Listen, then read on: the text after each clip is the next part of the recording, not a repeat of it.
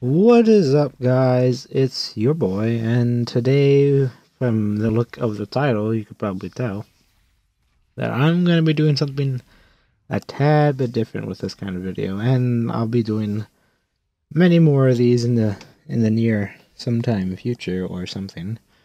And that is, I'm going to be telling a story that I've experienced in my life, and a story that I found very interesting, and it's kind of stuck by me and is very interesting because that's original content, and because why not? In all honesty, it sounds fun, and I had a shitty day at work today, so I'm just kind of wanting to talk and just let things flow out, and yeah. But without further ado, I'm just gonna go ahead and let some of this video play. This is actually video footage of me playing Zed on All Random Earth when a roof was out, and I kind of recorded this beforehand and been wanting to do a story talk like this, but I never got around to it because I'm literally the most laziest YouTuber in all of existence. Well, I wouldn't call myself a YouTuber. I'm just more of like a dude who does this shit. But you guys can get the picture.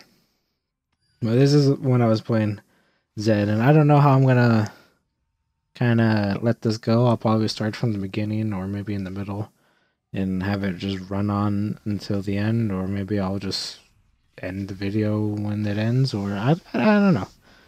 But do look forward just trying to see more of these in the future, and they'll be about other stories and stuff. But like I said, without further ado, here we go. So this all kind of takes place when I was about 7 or 8 years old. And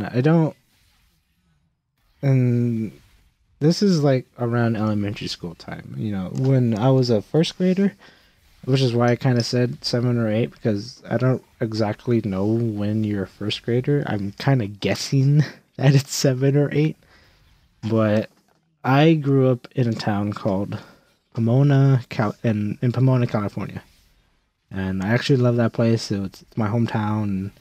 Anybody from anywhere there, I give my heart out to you and whatnot, because that's where I'm from and that's my hometown.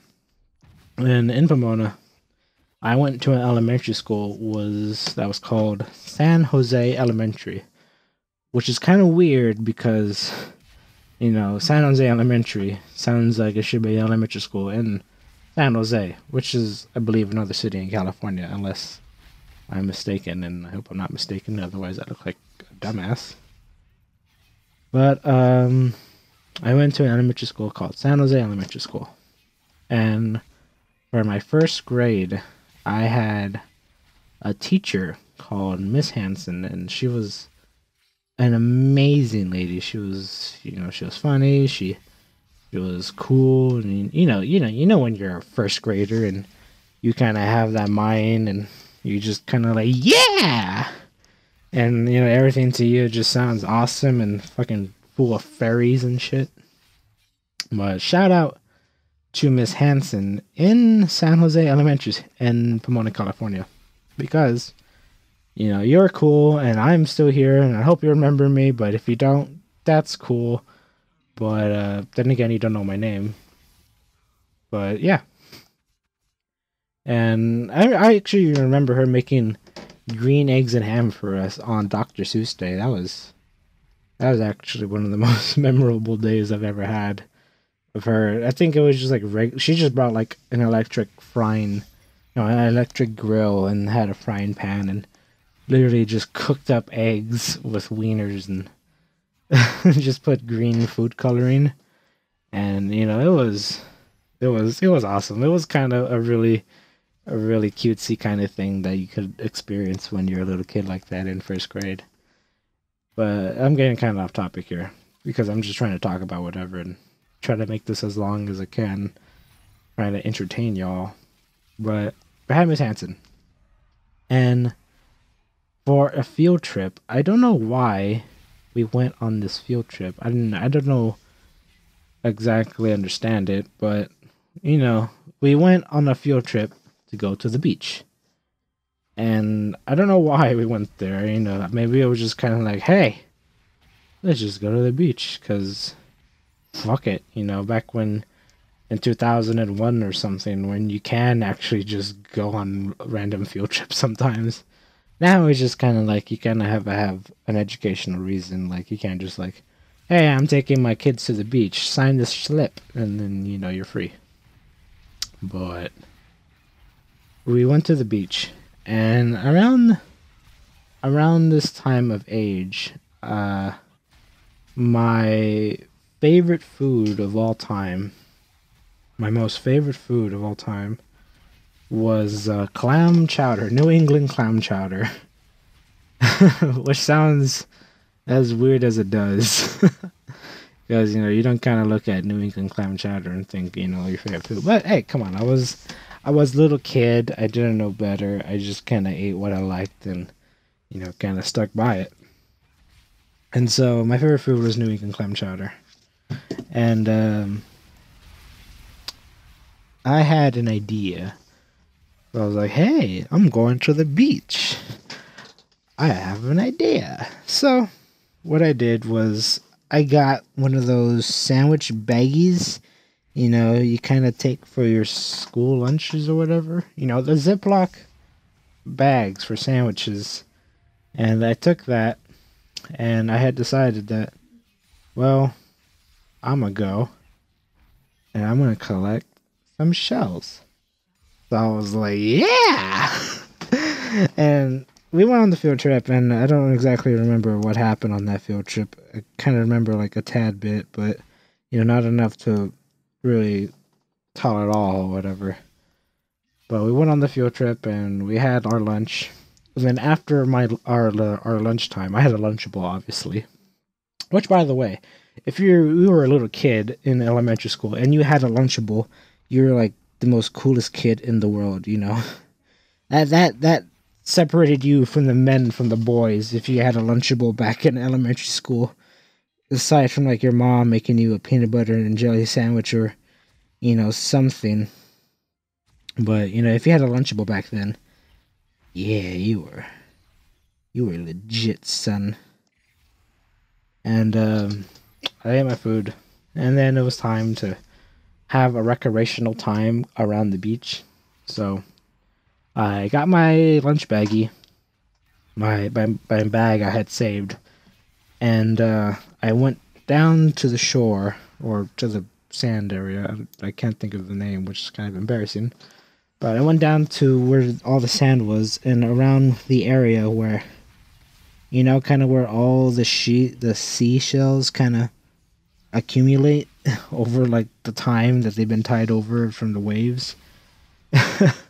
And so I got down, and I opened up my bag, and I started pouring in every single seashell I could possibly see with my 8-year-old eyes. And I'm talking about like big ones, small ones, like the size of crumbs. It's like I was going to town, baby. I was picking everything, and I don't even know why. I don't know why I had picked up like sand and too. I mean, aside from like the sand that was like picked up from the shell, and like the little bits of like twigs, or I don't remember. But I picked up, everything. Mostly 99% shell, 98% shells. Can't say that word right. But I picked up everything, and I went back, and I put the bag, I zipped it up tight, and I put the bag back into my backpack, and then went on with the rest of the field trip. And so at the end of the field trip, we went home, and you go home and you kind of sit in your class for a while, and then that's when you just kind of talk or whatever, and then you go home.